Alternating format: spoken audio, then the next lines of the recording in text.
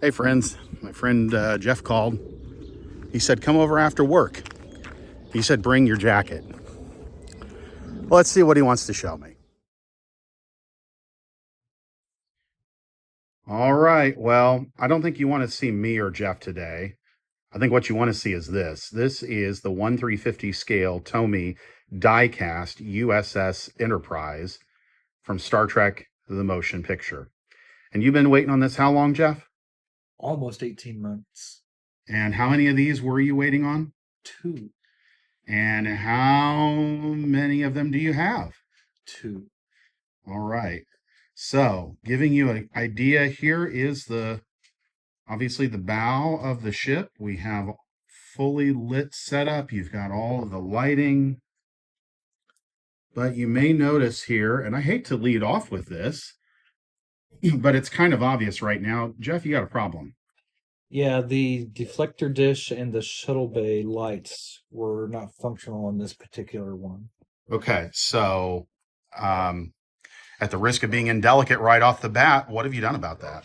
Well, I emailed and called TOMY support, and a very, very nice lady named Jo took great care of me.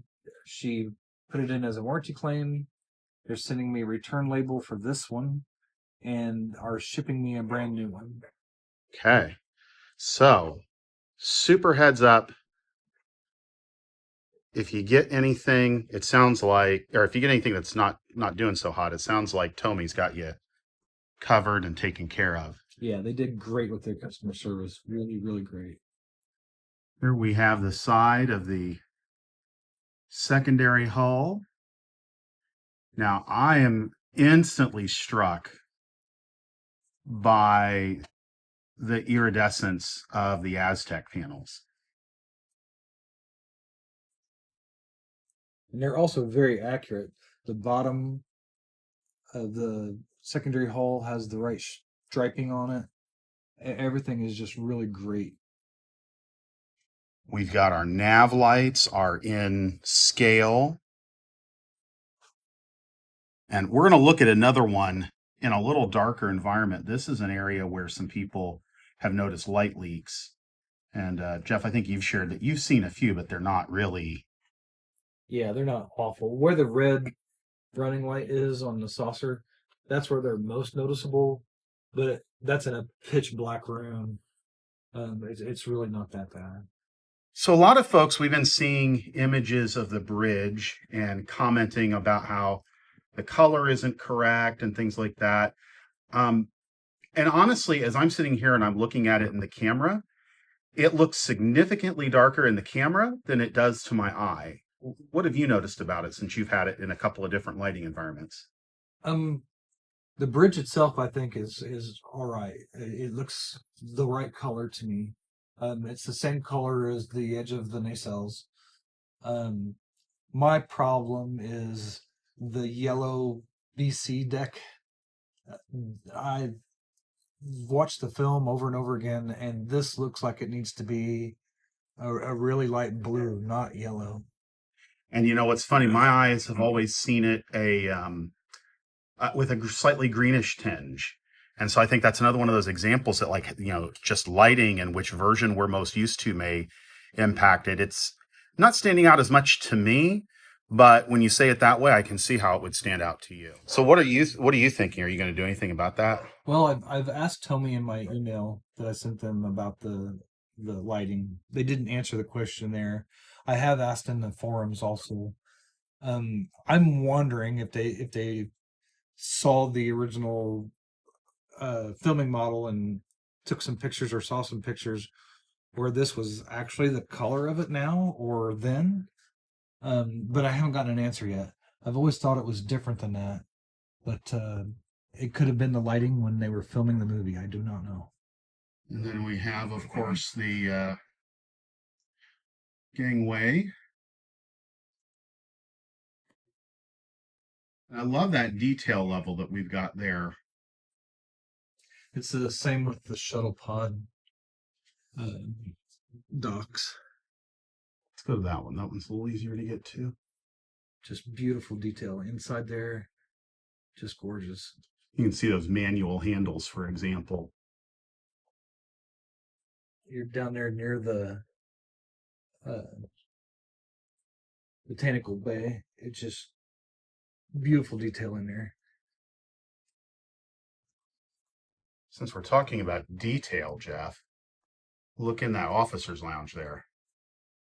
You can see the couch and the stairs. It's just perfect.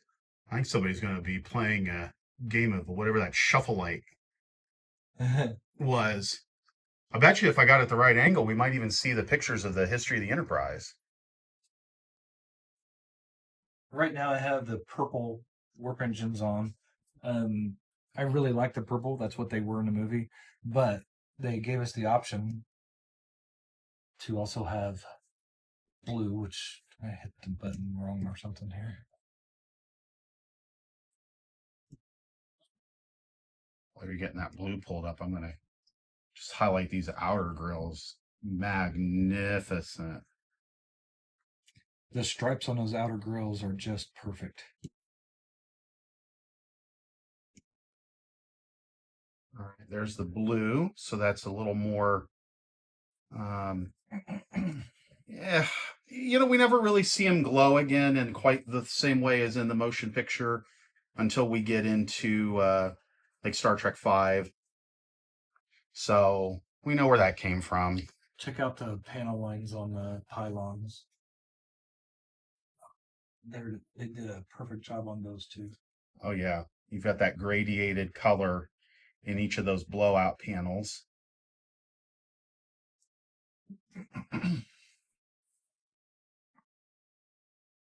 Right down to all the little minor markings, with only a few missing.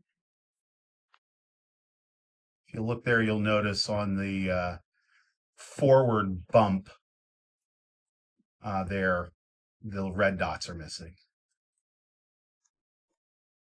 Now, the way we got this set up now, we've got a option to come in here and take a look at the shuttle bay. It's going to be kind of dark because it's not lit up. But Jeff, I think we're going to solve that, aren't we? Yes. All right. So this one's going back. Our friends at TOMY have said, we'll take it back. Should we show them a fully functional TOMY Enterprise? Yes. We're going to call it Data. Not on my channel, you're not. All right. So now we're going to take a look at the startup sequence. Is that right? Yes.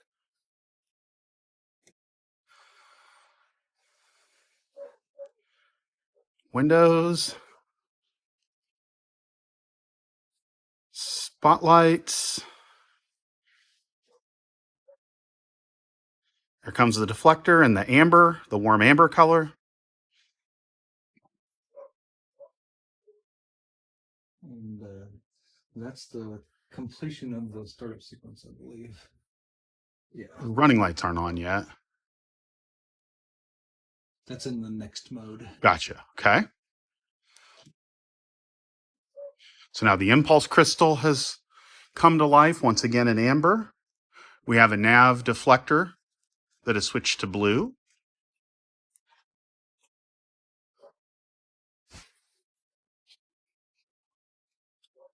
So this is impulse mode.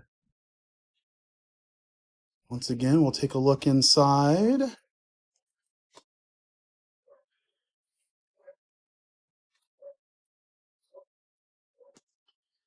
And let's see if we can't get into... Oh, Nope, we have can't. doors. However, I can remove those for you. We'll do that here in just a moment. All right, there we go. There's the shuttle bay. All nice and ready. Now, this comes with the warp shuttle and sled. Does it come with anything else, though? There is another stand that goes here if you want the sled to be off of or the shuttle to be off of the sled. But nothing to populate, no work bees or anything? No. That'd be easy enough to source from a 350 kit if you've got one. Jeff, how many 350 kits do you have?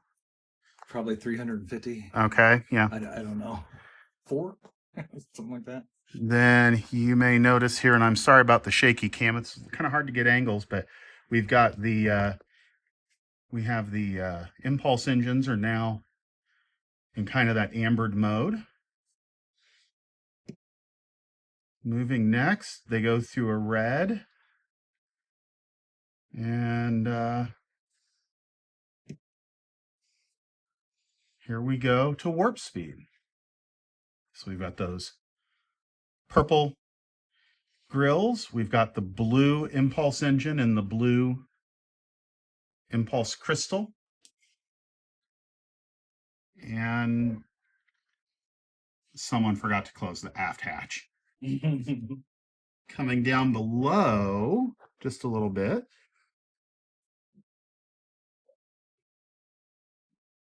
You can see there's a pretty pronounced seam there that is not covered, but it is in the place where you are least likely to see it with the way that this model is being displayed. Up here, you've got this piece that covers up where the two hull halves join. And on this one, the two red dots are there that were missing on the other one. So pulling out a little bit.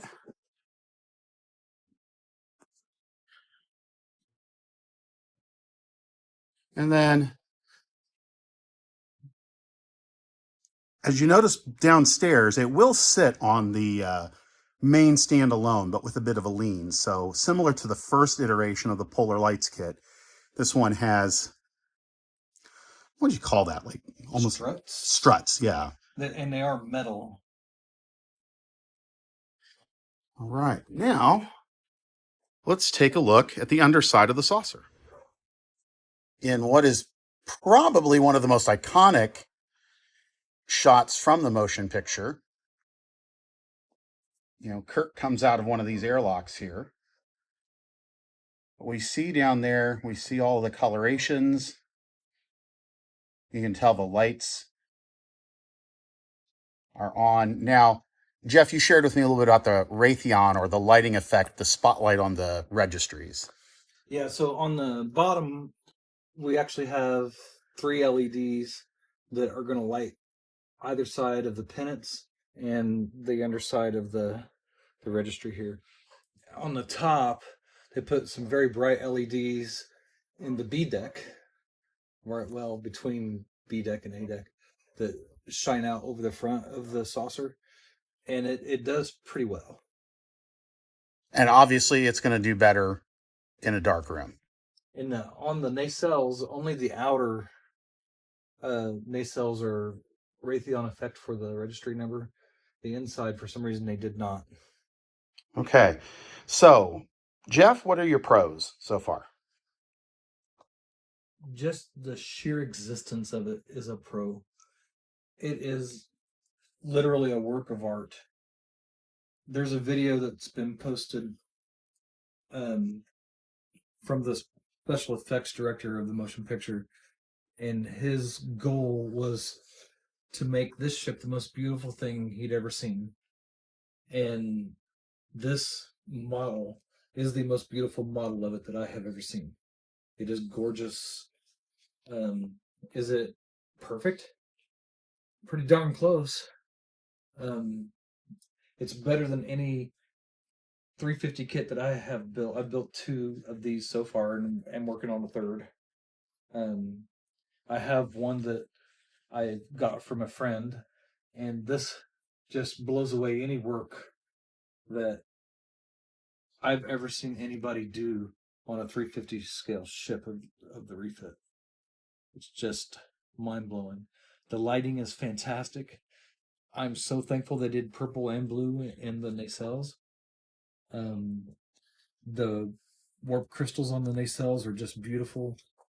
The impulse crystal and engines are just, on and on and on. I'm just rambling about everything that's perfect about it. I know we started the video off with a couple of flaws, but wow, it's breathtaking to see it. I'll tell you, for me, I largely agree with everything that you said. For me, the biggest thing, and if channel viewers don't figure this out over time, I don't build the Enterprise. In my little headcanon, I like to do my own thing. The only thing that TOMY could do better, and I realize this is probably not feasible. Maybe for $100 or $150 more, you can put your own custom name on the ship. This would be the U.S.S. Constellation NCC 1728, if I had my way about it. I would have had one as the Enterprise and one as the Yorktown. And I would have bought one. This is something, what, they were like $800? 748 after shipping. So, okay, so a very reasonable price. One thing that Jeff pointed out to me, the saucer and the secondary hull are the die-cast metal. The pylons and the nacelles are plastic, which I think makes a lot of sense in terms of weight, stability. I think longevity. these pylons would break off if they were supporting a die-cast nacelle, I think. But Jeff, I don't know how I would have done it, but if I could have gotten what name I wanted on it, I would have jumped for one of these. Now, I do believe that all of the registries are decals, so they may be removable if you ever wanted to just risk $750.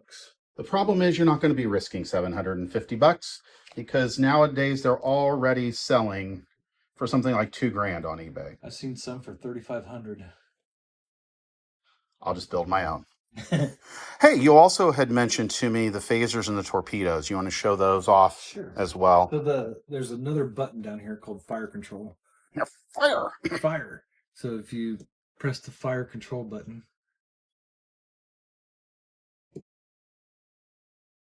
there go the phasers. Only the port side phasers fire. And then underneath of the saucer, the forward phasers fire.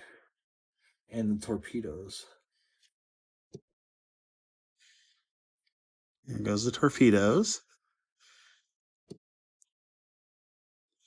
And the phasers. So they've got that Star Trek II phaser effect. Of course, we didn't see the phasers in the motion picture. They had to delay the phasing order. You didn't have enough jump lag there, Jeff. I'm sorry. So I believe, based on what you've shared so far, you would describe yourself as a very satisfied customer. More than, yes. So let me ask you a question. I've seen some people posting that they're going to do a version that's the Enterprise A.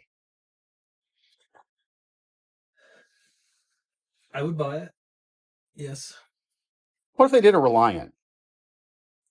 I will buy as many of them as they will let me buy. I don't think a Galaxy class in 1/350 scale, though, is... That's kind of big. I don't know that I have a room that will support it. All right. Any final thoughts? When and if TOMY does a sale of the refurbs, the warranty ones that come back that they have to fix, if y'all can get on a list and don't pass it up, you will not be disappointed. It's just perfect. All right. Well, now I know why he wanted me to wear the jacket. So thanks for joining us. If you've enjoyed this content, please like and subscribe and drop a comment below. Are you a happy owner? Have you had some issues? Is there something we didn't cover that maybe you'd like me to come back and look at this thing again? It's not like I'm not open to looking at models on a regular basis. Just let me know.